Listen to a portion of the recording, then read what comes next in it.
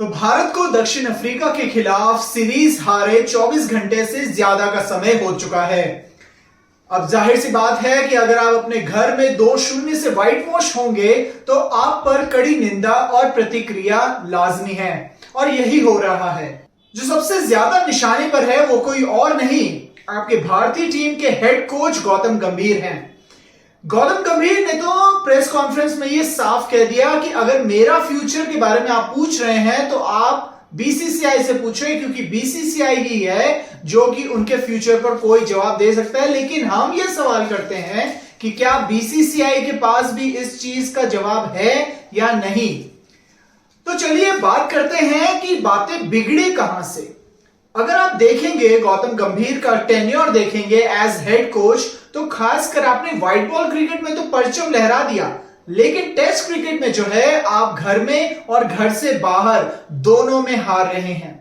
अगर शुरुआत करें तो आप बांग्लादेश से 2-0 की सीरीज आप घर पे जीतते हैं, उसके बाद आपका सुपड़ा साफ हो जाता है न्यूजीलैंड के खिलाफ, जो कि 3-0 से आपको पटखनी देती है। अगर ये काफी नहीं था तो इसके बाद ऑस्ट्रेलिया में जाके आप 3-1 से बॉर्डर गवास्कर ट्रॉफी जो है सरेंडर कर देते हैं। इसके बाद थोड़ा सा रिलीफ मिलता है क्योंकि आप इंग्लैंड जाते हैं और इंग्लैंड में आप सीरीज बराबरी करते हैं 2-2 से। उसके बाद वेस्ट इंडीज से आप घर पे आते हैं, आपके घर आती है वेस्ट इंडीज और उनको आप 2-0 से हरा देते हैं। लेकिन सबसे तगड़ा झटका आपको देती है current world test champion South Africa, क्योंकि साउथ अफ्रीका ने आपको ना सिर्फ आपके घर में हराया है बल्कि एक ऐसी मार मारी है जिसकी गूंज जो है आपके कई सालों तक रहेगी। गौतम गंभीर ने तो ये साफ कह दिया कि ये एक यंग टीम है जहां पर दोनों फेज, बैटिंग डिपार्टमेंट और बॉलिंग डिपार्टमेंट दोनों के दोनों आपके ट्रांजिशन फेज में। लेकिन बीसीसीआई अब किस चीज के लिए रुक रहा है? अगर वो ये चीज कहना चाहता है कि हेड कोच वहां जाके बल्लेबाजी नहीं कर सकता, गेंदबाजी नहीं कर सकता, तो फिर उसका रोल क्या है? क्या टीम की परफॉर्मेंस को मेंटेन करना हेड कोच की जिम्मेदारी नहीं है? क्या हेड कोच सिर्फ ये कह दे कि भैया मैंने तो अपनी तरफ से पूरी कोशिश करी, लेकिन क्या ये यंग टीम है, बहुत सारे खिलाड़ी रिटायर हो गए हैं, तो नए खिलाड़ियों को आने में, परफॉर्म करने में टाइम लगेगा। आप एक वर्ल्ड क्लास टीम की बात कर रहे हैं, हमारे यहां जो मशीनरी है वहां पे क्रिकेटरों की कोई कमी नहीं है। तो ऐसा क्या हो गया कि दक्षिण अफ्रीका ने आपको अपने घर में हरा दिया, और वो भी इतने आराम से, और उसके बावजूद जो है कोई हो हल्ला नहीं।